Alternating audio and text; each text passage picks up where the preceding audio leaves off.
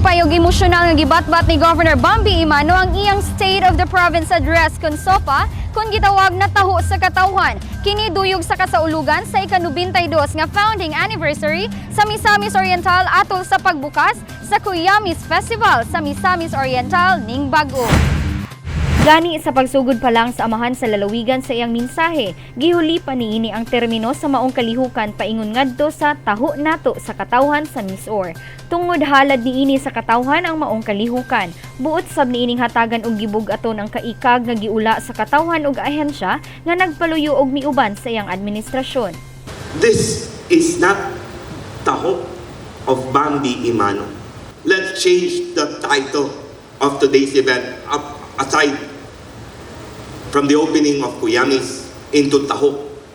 Nato sa katawhan sa Misamis Oriental, because it's not mine, it can never be mine, it is ours. So each and every one of you was a part of what we will hopefully be able to share with you today.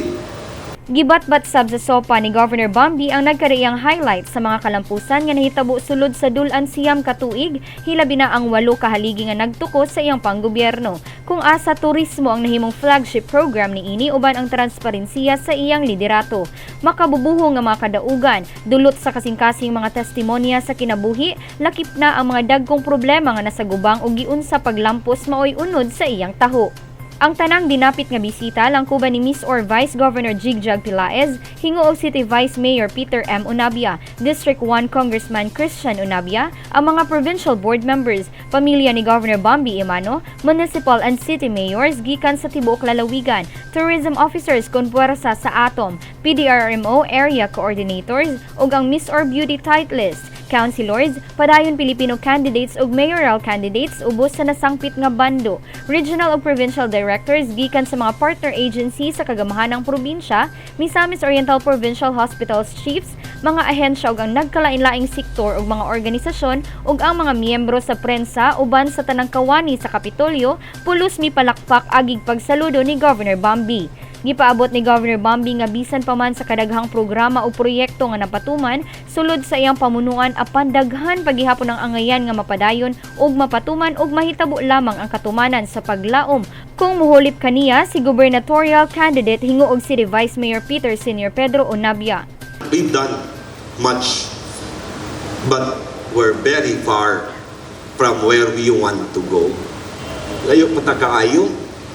Dagan pa kay buhaton, pero kini klaro, kung ako ning nahimo nga ako lang dinhi sa probinsya, unsa na lang kaha paghuman sa tuig 2022 ang akong mga kauban, those who will work, collaborate, those who will really help each other, those who will not make politics an obstacle. Ako, I'm pretty certain that what we have started will continue because I believe in the leadership of Governor Peter Unabia. Matagtaho ni Governor Bambi sa iyang mga dagkong kalampusan sa programa, di kapugngan ang masigabong palakpak gikan sa mga dinapit nga bisita. Daghan usab ang nakurat, nakahilak sa hilom nga milantaw sa mga kalampusan sa mga natabangan sa administrasyon nga karon milambo ang tagsa-tagsa ka kinabuhi gumikan sa scholarship, programang agrikultura ug uban pa. Ang SOPA gisugdan sa usa ka santos nga misa ug gitapos sa cutting of ribbon aron opisyal nga pagabuksan ng ika-9th Cuyamis Festival kundi daghan pang mga kalihukan ang naghulat sa usa ka semana nga selebrasyon. Subo man pamalandungon nga matapos na ang termino ni Governor Bambi ug aduna na lamang 171 ka diyas gikan sa iyang pagtanyag sa taho sa katawhan. Apan walay kasudlan ang kalipay niya og sa tanang katawhan tungod gibili niini ang ligasiya nga mahipatik sa tanan gumikan sa daghanang kabaguhan nga anihon sa probinsya sa umalabot panahon.